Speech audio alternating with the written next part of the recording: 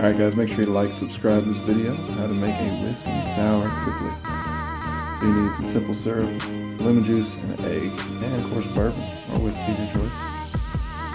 And we're going to go ahead and crack this egg, try to pour out just the egg white in it. I do struggle a little. Oh, there it goes.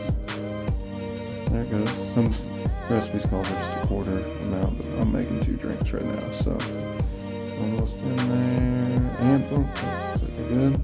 Oh, got that fancy lemon juice. You can squeeze your own lemon juice if you like, but for time, 1, 2, 3. There you go. Okay, oh, maybe a little bit more. I like some lemon juice. Some simple syrup time. And a couple sprays in there. 1, 2, and 3. And of course, when I pour my bourbon, get that barrel proof.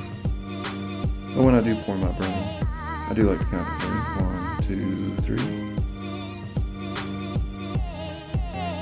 I'm going to put this lid on there. Any cup will work as long as you got a good seal on it. This is how we're going to shake it up. Yep, check that. Yeah, you don't want it to leak out when you shake it. So, and start slow, and then I just kind of go with it. So that should be about good. Yep, we got some ice.